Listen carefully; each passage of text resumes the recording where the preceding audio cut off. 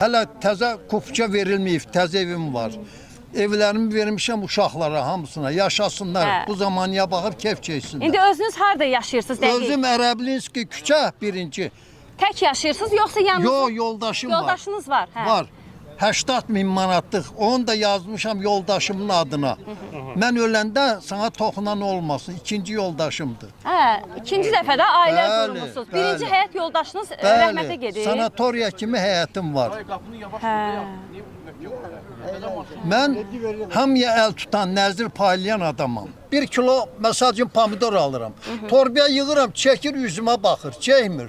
1 kilo gəlir. Əlimlə şərtlə yığım çəkir. Elə adamam, Allah vergisi olan adamam.